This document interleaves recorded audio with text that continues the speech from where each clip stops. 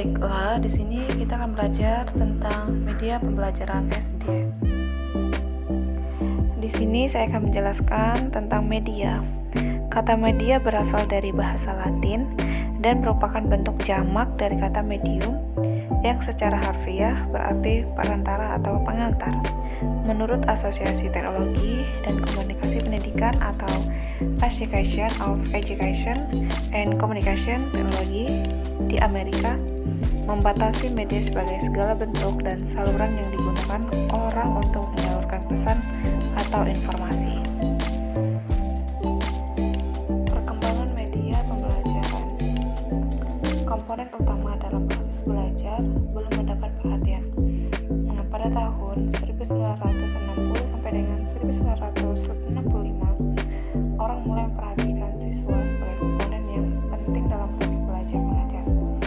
Pada saat ini, teori tingkah laku ajaran Skinner 1950 mulai mempengaruhi penggunaan media dalam kegiatan pembelajaran. Nah, teori ini mendorong untuk lebih memperhatikan siswa dalam proses belajar mengajar. Menurut teori ini, mendidik adalah mengubah tingkah laku siswa. Perubahan tingkah laku ini harus tertanam pada diri siswa sehingga menjadi adat kebiasaan. Nah, pada tahun 1965 sampai dengan 1970, pendekatan sistem mulai menampakkan pengaruhnya dalam kegiatan pendidikan dan kegiatan pembelajaran. Pendekatan sistem ini mendorong digunakannya media sebagai integral dalam program pembelajaran. Setiap program pembelajaran harus direncanakan secara sistematis dengan memusatkan perhatian pada siswa. Nah, program pembelajaran direncanakan berdasarkan kebutuhan dan karakteristik siswa serta diarahkan kepada perubahan tingkah laku siswa sesuai dengan tujuan yang dicapai. Nah, selanjutnya adalah ciri-ciri media pembelajaran. Yang pertama itu adalah ciri fiksatif. Ciri ini menggambarkan kemampuan media merekam, menyimpan, melestarikan, dan merekonstruksi suatu peristiwa atau objek. Suatu peristiwa atau objek dapat diurut dan disusun kembali dengan media seperti fotografi, video, audio, disket komputer, dan film.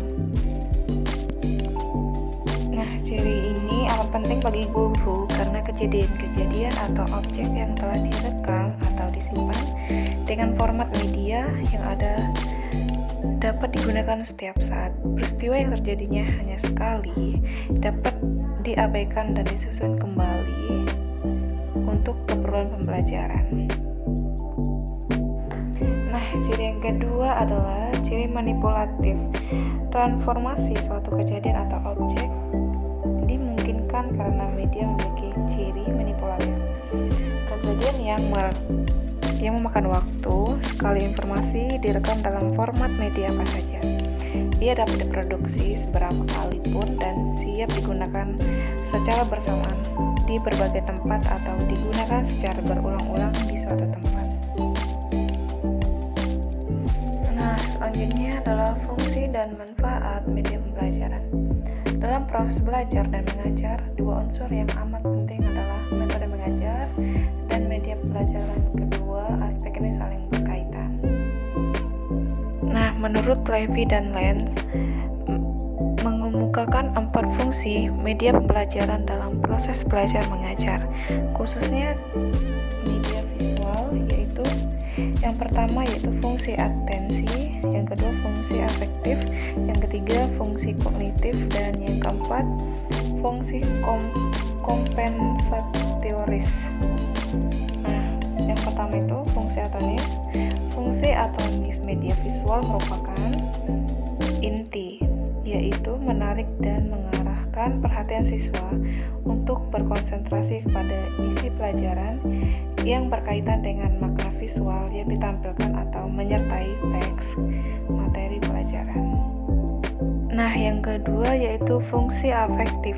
Fungsi afektif media visual dapat terlihat dari tingkat kenikmatan siswa ketika belajar atau membaca.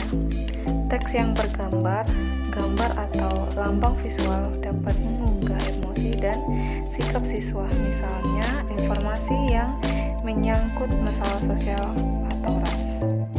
Nah, fungsi yang ketiga yaitu fungsi kognitif. Fungsi kognitif media visual terlihat dari temuan-temuan penelitian yang mengungkapkan bahwa lambang visual atau gambar memperlancar pencapaian tujuan untuk memahami dan mengingat informasi atau pesan yang terkandung dalam gambar. Nah, fungsi yang keempat adalah fungsi kompensatoris.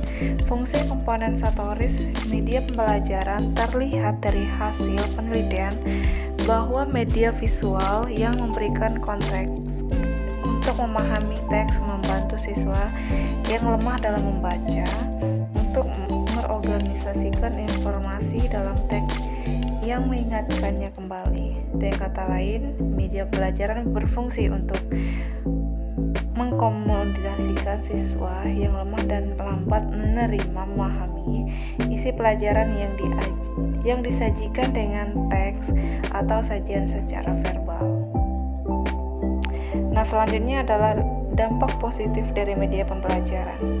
Yang pertama, penyampaian pelajaran menjadi lebih baku. Nah, yang kedua, pembelajaran bisa lebih menarik. Yang ketiga, pembelajaran menjadi lebih interaktif. Yang keempat, yaitu lama waktu pembelajaran yang diperlukan dapat dipersingkat.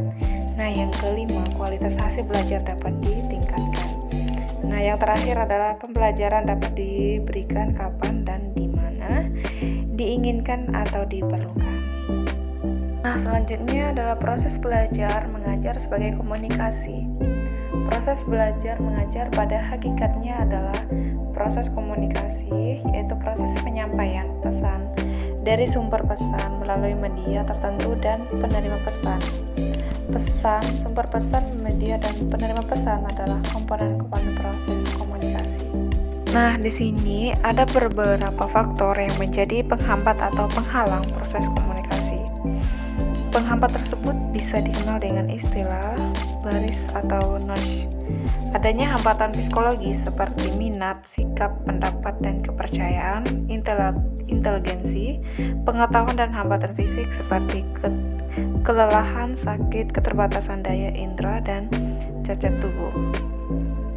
Siswa yang senang terhadap mata pelajaran topik serta gurunya tentu lain hasil belajarnya dibandingkan dengan yang benci atau tidak menyukai pelajaran tersebut.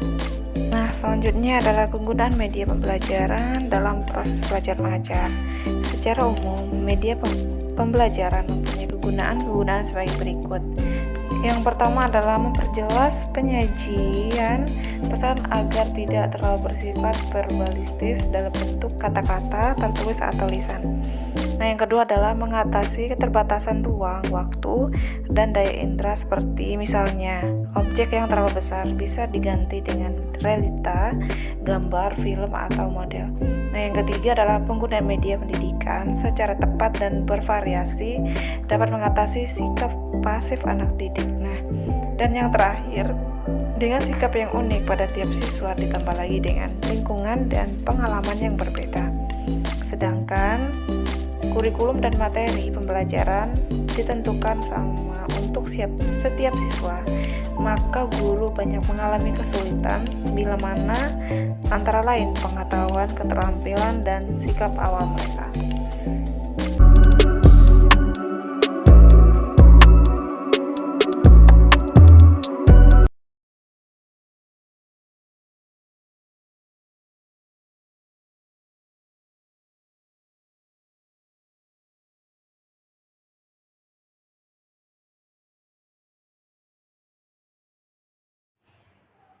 Baik, mungkin itu aja dari saya. Semoga bermanfaat untuk kita semua. Terima kasih.